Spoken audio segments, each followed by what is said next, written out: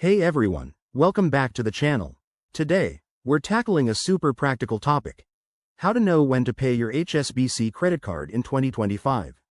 If you're an HSBC cardholder, staying on top of your payments is crucial to avoid fees and keep your credit score in tip-top shape. Let's dive right in. First off, understanding your payment due date is key. With HSBC, you can easily check this through their mobile app or online banking portal. Log in, head to your account summary, and you'll see the exact date your payment is due. Remember, for 2025, HSBC might introduce more digital features, like personalized reminders via email or push notifications, so keep an eye out for updates on their website. Next, why is timing so important? Late payments can rack up fees, sometimes as high as $25 or more, and they could hurt your credit report. To avoid this, set up automatic payments directly from your bank account. It's simple.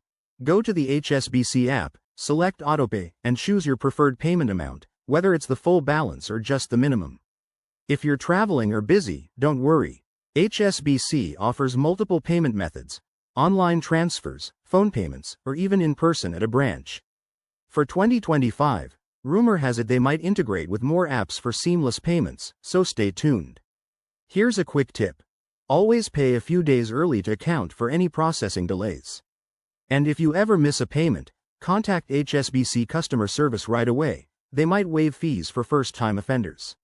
Wrapping this up, managing your HSBC credit card payments doesn't have to be stressful. By checking your due dates regularly and using AutoPay, you'll stay ahead in 2025 and beyond.